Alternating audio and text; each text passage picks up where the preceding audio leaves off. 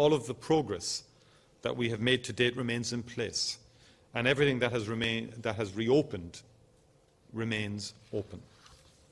In line with NPHET advice, those sectors due to reopen on the 22nd of October may now only do so on the basis that all customers must produce their proof of vaccination and identity.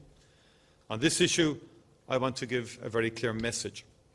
The vaccination programme and the use of COVID passes is how we have been able to open the hospitality sector so far. To stay open, we need everyone to enforce and respect the rules. Other changes include the following. In hospitality venues, table service only should remain in place, with a maximum of 10 adults per table and a maximum of 15, including children. COVID passes and fixed capacity limits will not apply for outdoor events. However, sectors should ensure appropriate protective measures are in place. Fixed capacity will no longer apply for indoor and outdoor group activities.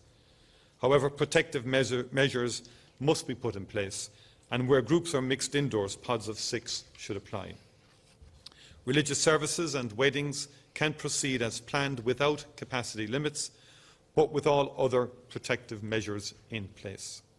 Return to workplaces will continue on a phased and cautious basis for specific business requirements, and there will be a meeting today of the LEAF Forum where employers and employee representatives can discuss the protocols involved. Alongside these changes, we've also agreed an enhanced role for the use of antigen testing throughout society.